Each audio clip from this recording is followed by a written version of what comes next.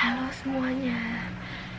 Agak bisik-bisik ya, karena sekarang buat konten itu waktunya sangat berharga banget. Ini juga aku ngebut banget, buru-buru mandi begitu. Delvin tidur. Nah, alhamdulillah banget. Dia kayaknya agak pules, jadi aku buru-buru bikin konten karena aku udah janji mau buatin video berstory. Karena ini seru banget nih kalau diceritain, tapi ya gini, suaranya nggak bisa terlalu keras ya, takutnya dia bangun.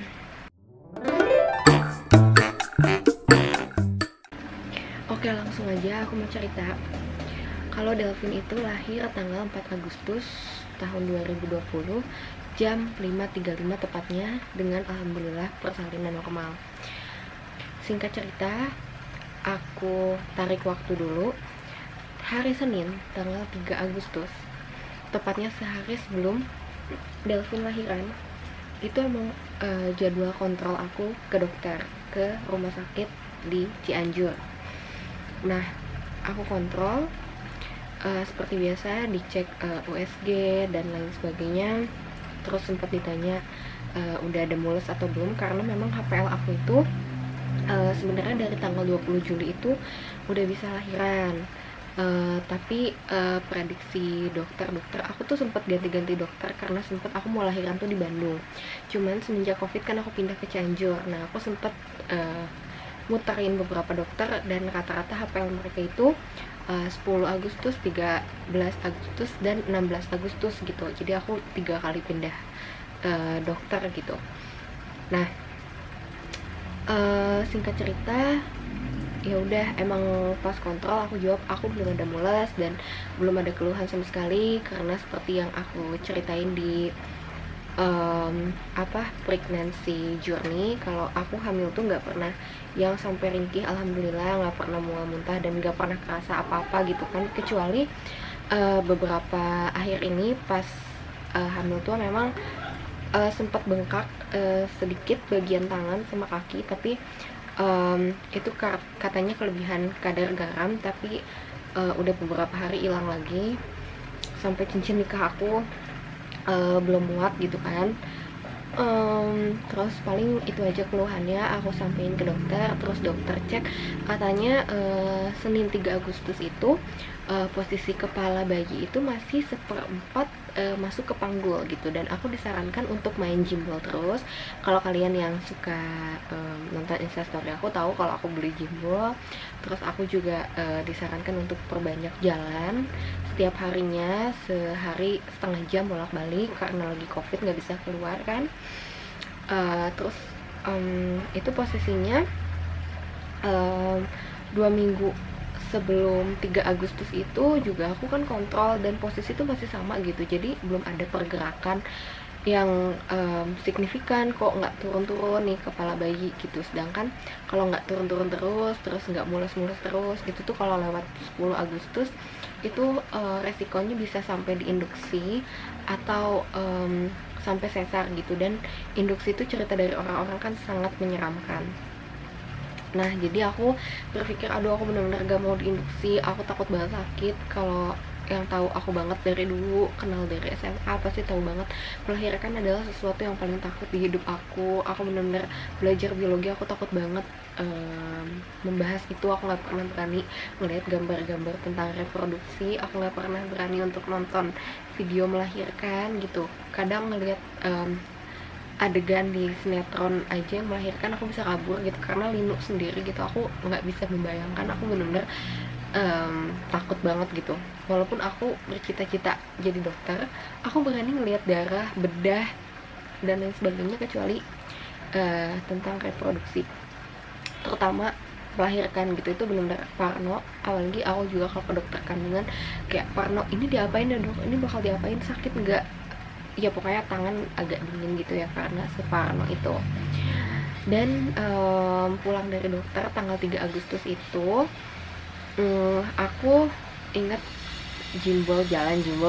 Nah, sebenarnya aku sebelumnya juga selalu gimbal dan jalan, tapi memang cuman sebentar gitu, 10 menit, at least 15 menit gitu, karena agak mager juga gitu kan. apalagi hamil tua gerak sedikit aja tuh kan kayak udah ngap gitu kan, jadi semakin mager. Nah apalagi kalau orang tua zaman dulu tuh bilang sampai harus ngepel jongkok biar nanti persalinan lancar, tapi ya aku terlalu males lah untuk kayak gitu gitu kan.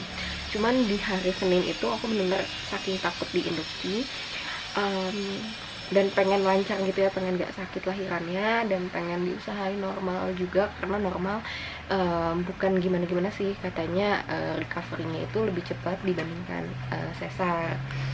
Walaupun sebenarnya normal atau sesar sama baiknya gitu, karena sama-sama menjadi ibu yang kuat, sama-sama ada sakitnya, sama-sama ada jahitannya gitu kan. Nah di hari Senin itu aku benar-benar sibuk jalan jimbol, benar-benar gak kasih space waktu untuk santai-santai, karena aku pengen bales kemageran aku sebelum-sebelumnya gitu kan. Nah terus kemudian pas sore hari aku ada ngerasa kram perut, tapi kram perutnya tuh rasanya kayak kali iben. To be honest, ketika aku tanya orang-orang dan termasuk mami aku, rasa mulus atau kontraksi itu tuh kayak gimana, pasti orang-orang tuh jawab kayak kamu mau mens tapi berkali-kali lipat, yang pengen mulus banget gitu loh, pengen kayak pup, pengen ngeden gitu loh dah. Sedangkan aku tuh nggak ada bayangan sama sekali, karena ketika aku mens itu aku nggak pernah ngerasain sakit. Ya aku suka ngeliat sih teman-teman aku yang mau dapet sampai guling-guling, sampai bahkan ada yang nggak bisa masuk kerja, muka pucet, pokoknya sakit banget, kayak sakit banget. Nah alhamdulillah aku tuh dari dulu sampai sekarang kalau mau mens tuh biasa aja gitu, nggak sampai yang gimana-gimana, paling ada jerawat satu lah, atau enggak emosi jadi lebih nggak stabil, udah. Jadi aku nggak ada bayangan sakitnya tuh kayak gimana, mulus tuh kayak seperti apa. Nah sore hari aku emang ada kram perut, aku pernahnya rasanya kali kiben gitu kan, dari makan terus langsung jalan cepet olahraga gitu. Nah itu tuh sakit gitu, kali kiben kayak apa ya, perut lebih kenceng, udah sebatas gitu. Tapi aku masih bisa jalan, aku ya udah masih santai. Bahkan malamnya kalian tahu kan, as you know, aku selalu nonton Samudra Cinta, dan aku sambil nonton Samudra Cinta juga aku masih asik jimbol. Nah emang sampai malam juga itu masih kerasa, tapi balik lagi kata orang-orang juga kan, kontraksi itu sakit banget istilahnya, sampai orang bilang nikmat banget, bener-bener segitunya gitu loh. Nah jadi agak nggak sinkron sama yang aku rasain gitu. Kok aku masih bisa jalan, aku masih bisa ketawa-ketawa, aku masih bisa nonton Samudra Cinta, aku masih bisa nge-youtube, aku masih bisa makan dengan nikmat gitu kan, dengan sesantai itu gitu kan. Terus aku pikir ya ini tuh kayak kram perut biasa, karena wajar lah hamil tua, mungkin serba kerasa gitu, kayak sakit pinggang lah atau apa gitu, sestandar itu, sepolos itu aku mikirnya. Nah terus sampai malam aku juga sempet check out Shopee dulu, bahkan ya jam 12 malam. Nah semenjak hamil tua juga kan aku sering begadang. Kenapa? Karena setiap 1 jam sekali atau setengah jam sekali tuh aku tuh pipis gitu, pengen pipis, dan aku tuh kayak capek banget gitu, bangun pipis itu tuh kayak pusing kepala aku, jadi tidur tuh nggak nyenyak. Jadi aku sering banget kebangun malam gitu. Dan pas mau tidur aku cepet Shopee dulu, terus aku pikir ya udah deh tidurin aja, karena aku pikir ini sakit biasa, mungkin dibuat tidur besoknya hilang gitu. Nah terus setengah 1 itu aku kebangun pipis biasa. Ini udah masuk hari Selasa ya, tanggal 4 Agustus berarti kan. Terus pas aku bangun kok masih ada kram perutnya, tapi ya udah lah ya gitu, aku buat tidur lagi. Setengah 2 aku bangun lagi, terus masih ada. Terus aku sempet google apa ini namanya kontraksi palsu ya, karena kan orang banyak banget yang bilang kontraksi palsu, terus banyak banget yang nakut-nakutin, katanya kebanyakan makan sambal nanti kontraksi palsu loh. Nah terus karena aku ngerasa makan sambal terus dari bulan pertama aku hamil sampai 9 bulan itu nonstop sambalnya, terus aku Google sendiri kontraksi palsu itu seperti apa. Terus ternyata kontraksi palsu tuh cuman sebentar, dan kalau kita berubah posisi, misalnya kita duduk sakit nih, coba kita tiduran atau jadi berdiri, nah biasanya itu nggak sakit gitu. Nah terus kalau ini jaraknya lama ya, nggak hilang-hilang gitu kan. Nah terus aku sempat curiga apa ini on the way pembukaan 1 gitu kan. Terus kebetulan Handrian kan posisinya jauh gitu kan, di luar kota kerjanya dan di rumah sakit. Jadi kita memutuskan LDRan dulu demi protokol kesehatan ya, biar menghindari COVID dan sebagainya. Terus perjanjiannya kalau emang ada kerasa sesuatu dan pembukaan 1, telepon Handrian karena keburu, dan biasanya pembukaan 1 sampai pembukaan lengkap, yaitu pembukaan 10 tuh lama, apalagi anak pertama gitu.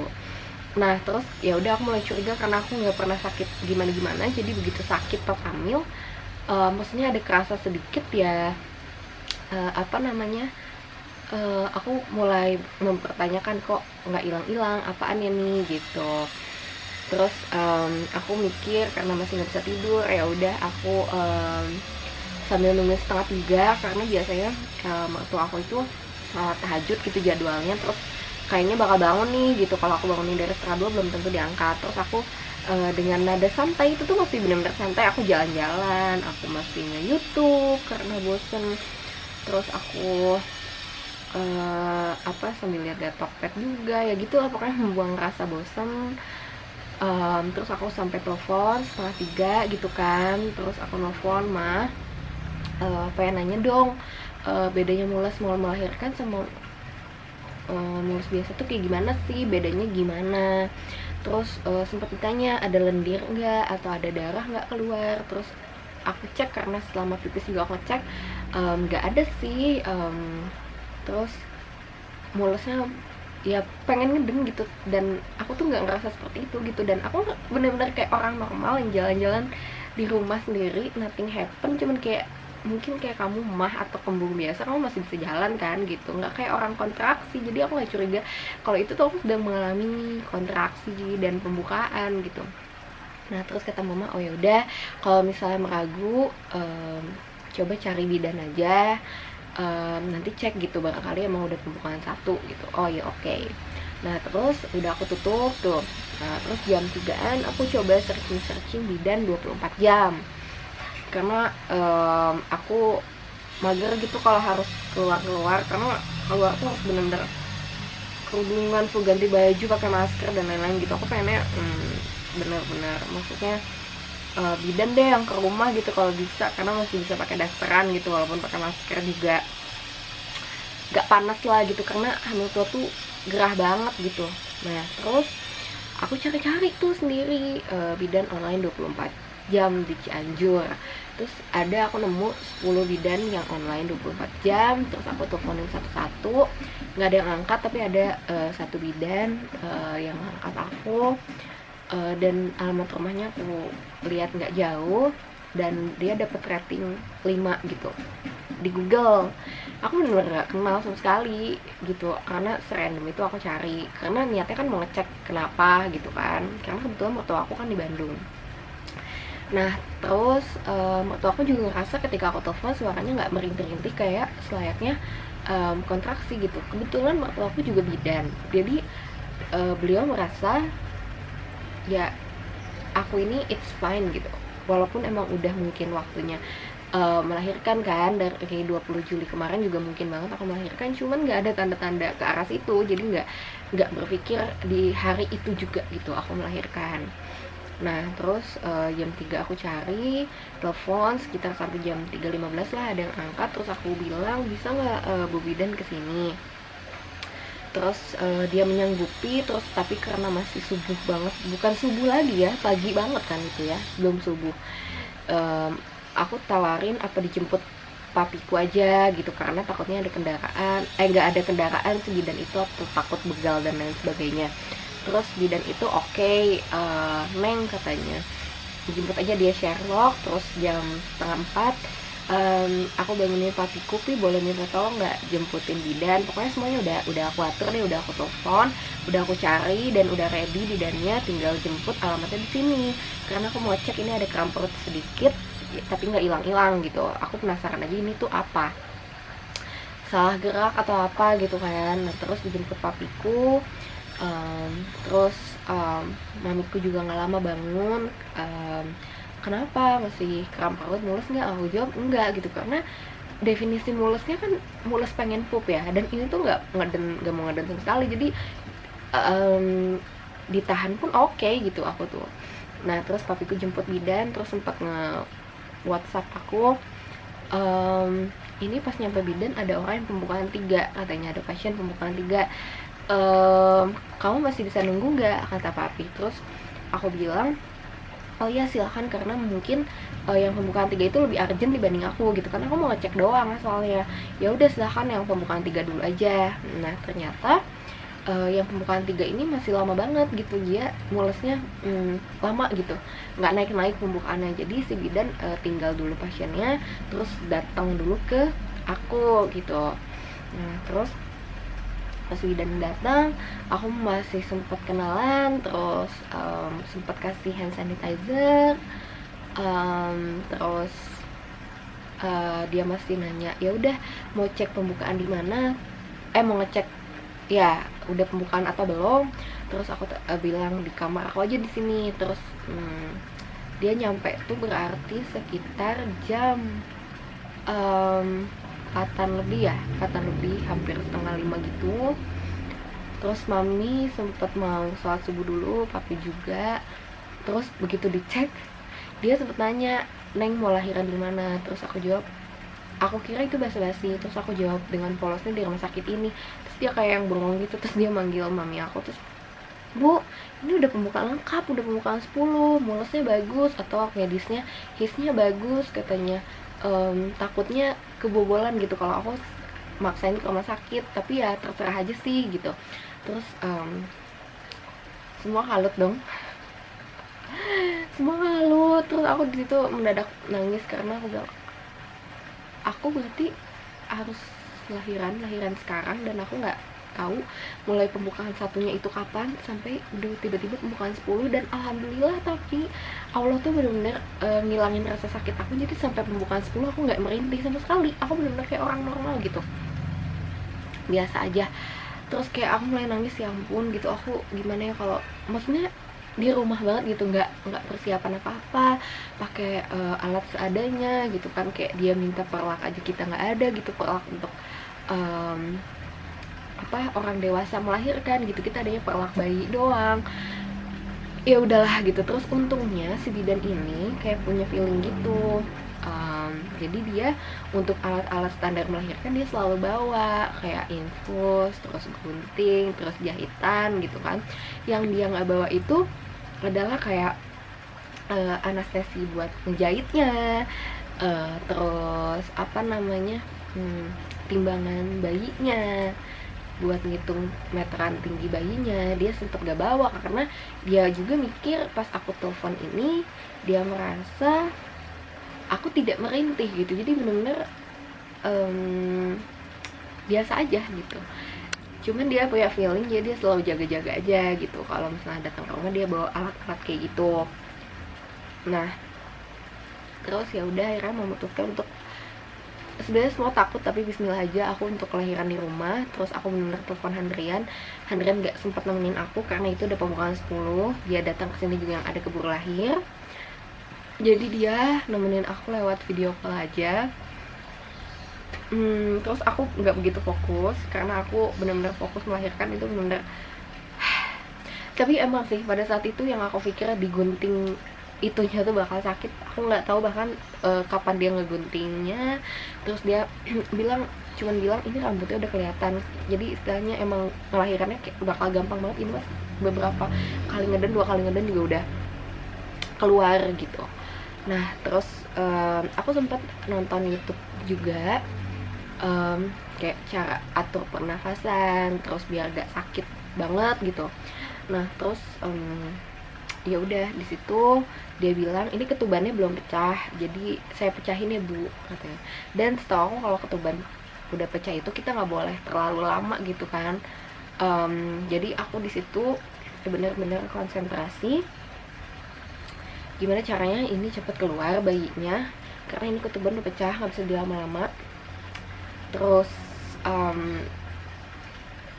di situ juga galaunya, aku kan belum tidur ya, posisinya 1:30, 1:30, 2:30 itu kan aku kebangun terus malamnya aku sempet gak makan nasi karena aku cuma makan bakso tahu doang gitu ya, sambil nonton Samudera Cinta. Jadi aku ngerasa, ya Allah aku kuat gak ya, ya Allah aku ngantuk gitu, gimana ya ngademnya gitu, aku nggak ngerti lagi tuh, aku bener pengen nangis gitu, bener-bener wow gitu ya, sedrama ini melahirkan aku gitu, bener-bener nggak sesuai planning banget gitu. Terus ya udah di situ aku keluarin apa yang bidan butuhkan gitu, karena emang udah tasnya juga dibagikan. Kalau yang nonton Hospital Back kan tahu kan, aku udah nyiapin perlengkapan ibu, perlengkapan bayi, tapi ya semua kalut, pokoknya semua dibongkar aja, dan aku lahiran dibantu mami, dipegangin segala rupa gitu kan, biar aku jangan sampai merem. Terus ngademnya dari perut. Terus aku alhamdulillah nggak teriak-teriak gitu kan, karena ternyata yang di sinetron itu menyeramkan gitu, sampai kayak gitu kan kalau di sinetron, dan ternyata nggak kayak gitu. Ternyata melahirkan itu benar-benar sesuai teori, dia berbentuk gelombang. Ada ketika kamu mules, nah aku sempat diinfus, kayaknya aku dimasukin obat mules gitu biar mulesnya cepat. Nah itu baru aku ngerasa pas aku mau ngelahirin emang kayak mau ngeden. Nah itu baru aku ngerasa, oh ini namanya mules, beda sama sebelumnya kalau yang kontraksi kram perut itu. Nah jadi ketika dia di atas, nah ini nih mules, aku mau ngeden gitu kan. Terus ntar di bawah lagi, ketika di bawah aku fokus minum air putih, aku fokus ada madu di rumah aku minum gitu kan, buat nambah tenaga. Jadi ketika kamu melahirkan, pelajarannya jangan banyak teriak-teriak, kamu istighfar aja dalam hati, kamu pasrah, dan jangan terlalu banyak planning, karena ya udah di mana aja boleh lahiran, sama siapa aja boleh, yang penting selamat dua-duanya. Sama kayak aku udah planning A, B, C, D, lahirannya di rumah sama bidan yang nggak pernah aku kenal sebelumnya, nggak pernah aku kontrol juga gitu kan, dan alhamdulillah masih Allah selamatin gitu. Nah terus dan ternyata memang ngelahirin hidup dan mati, tapi memang sakit banget gitu, apalagi udah melahirkan, plasenta udah dikeluarin, terus ternyata harus aku 8 jahitan, dan itu nggak di anestesi.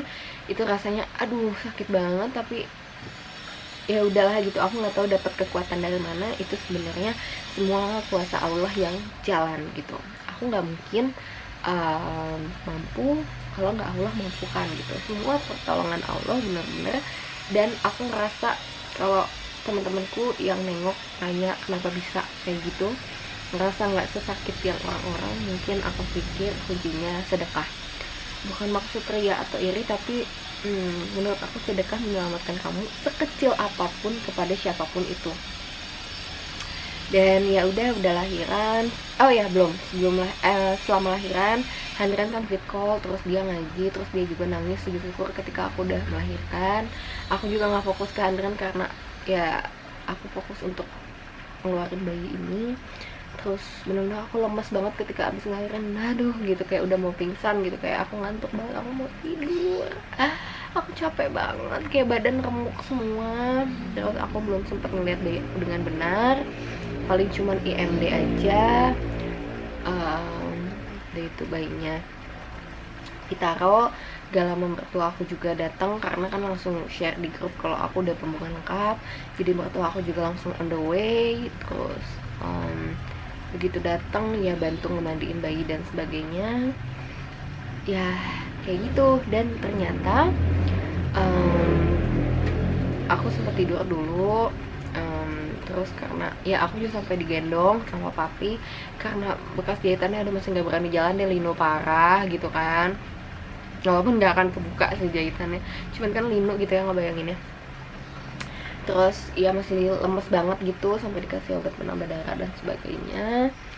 Terus udah kayak gitu, aduh aku nyeritain aja sampai pusing kepala aku saking linunya. Kalau ditanya trauma ya aku trauma banget lah gitu, linu banget ini gitu, gila banget. Ini juga kenang-kenangan buat mami sama papi, karena seumur hidup mereka nggak pernah nemenin orang lahiran gitu kan, dan maksudnya di rumah dengan tidak prepare, sedangkan aku orangnya harus well prepare sekali gitu. Terus udah kayak gitu ya udah, sorenya ketika aku udah tidur, itu kan jam subuh kan, lahirannya 5:30, 5:35. Terus nggak sampai sore banget, siang aku bangun, terus aku makan, terus aku ngerasa kayak masih pendarahan gitu kan, masih banyak keluar gitu, masih linu, tapi aku paksain jalan pelan-pelan. karena banyak jalan, banyak beraktivitas lebih cepat pulih katanya. Dan total recovery aku sampai jahitannya benar-benar kerasa itu sekitar 13 hari, 2 minggu. Nah, tapi agak sedih banget karena di hari itu Handrian masih belum bisa langsung datang ke Cianjur, karena emang planning awalnya itu hari itu Handrian ada jadwal untuk tes swab, karena dia pikir aku lahiran masih tanggal 10 Agustus ke sana sesuai prediksi 3 dokter, dan dia mau memastikan everything is fine dulu karena resiko dia kerja di rumah sakit lebih besar, apalagi mau ketemu bayi. Jadi dia mau memastikan benar-benar dia negatif COVID gitu ya. Alhamdulillah sih sekarang hasilnya udah keluar negatif gitu kan, tapi kan hasilnya nggak bisa instan gitu, butuh sampai 4 hari sampai seminggu. Nah, jadi Handrian nggak bisa langsung datang, tapi alhamdulillah ada mertua aku yang baik, yang sangat helpful banget. Bener-bener aku ngerasa kayak ibu sendiri banget, bener-bener tulus ngebantu, apalagi dengan aku yang non medis dan bener-bener kurang paham ini itu juga. Bahkan jujur aku pertama kali gendong bayi juga gendong anak aku, karena aku selama ini nggak pernah berani gendong anak orang, ngeri gimana gitu ya, takut tulang mereka kan masih nggak kuat gitu. Cuman good newsnya yang bisa aku berbagi adalah dari hari pertama ASIku langsung keluar. Begitu siang aku bangun tidur, aku coba kasih ASI dan langsung keluar si kolostrum. Kolostrum ini kan baik sebagai antibodi bayi. Terus langsung lanjut ke ASI biasa gitu. Nah, hari pertama memang keluar, tapi kuantitasnya masih nggak banyak, tapi alhamdulillah keluar gitu. Dan bayi juga belum bisa makan banyak, jadi sesuai lah ASI yang aku keluar itu cukup untuk kebutuhan dia. Nah, terus hari kedua itu mulai padat dan PD aku juga mulai membengkak. Terus hari ketiga aku udah mulai bisa pumping. Terus hari keempat juga udah mulai rembes-rembes. Yang cerita orang normalnya hari keempat itu orang baru keluar ASI, sedangkan hari keempat ini versi aku udah rembes-rembes. Dan di sini aku mau share sebentar ya, kita iklan dulu karena azan. Nah, mungkin ngebantu juga buat para ibu-ibu. Ini aku benar-benar udah coba sendiri, benar-benar honest review dan aku approve, makanya aku berani sharing sama kalian. Aku dari usia 37 kehamilan, aku udah konsumsi produk dari Mama Bear. Produk yang pertama kali aku konsumsi dari hamil itu adalah si Zoya ini. Ini ada 3 varian rasa. Ini ada yang pisang, terus ini ada yang melon, ini, dan ini ada yang pink, ini yang coklat.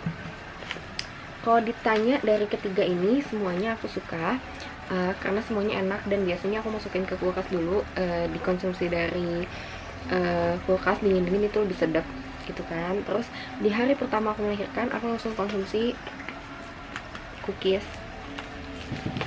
Ini juga ada 3 varian rasa, ini juga ada yang biru, ada yang pink, dan semuanya enak, beda-beda rasa. Tapi aku paling my favorite all the time ini yang coklat ini.